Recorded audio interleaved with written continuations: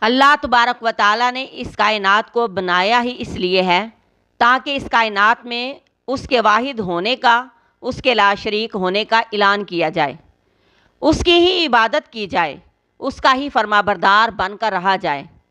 جو بھی اس کائنات میں اللہ کے ساتھ شریک ٹھہراتا ہے اسے چاہیے کہ اللہ کی بنائی ہوئی زمین پر نہ چلے اور اس زمین پر چلے جو ان کے جھوٹے شریکوں نے بنائی۔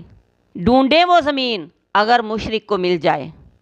اگر شرک سے باز نہیں آنا تو آسمان سے برستی بارش اور بارش سے ملنے والے فائدوں کو استعمال نہ کرے اور اپنے شریکوں سے کہے کہ وہ بھی بارش برسائیں۔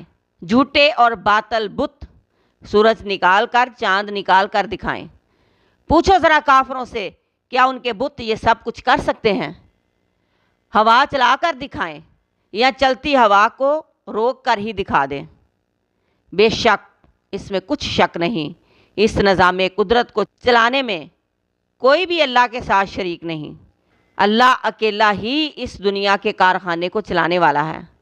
جو لوگ واضح حق جان کر بھی، دیکھ کر بھی، سمجھ کر بھی نہیں مانتے، انا اور ضد اور بغاوت میں رہتے ہیں، انہیں اللہ کے دردناک عذاب سے ڈرنا چاہیے۔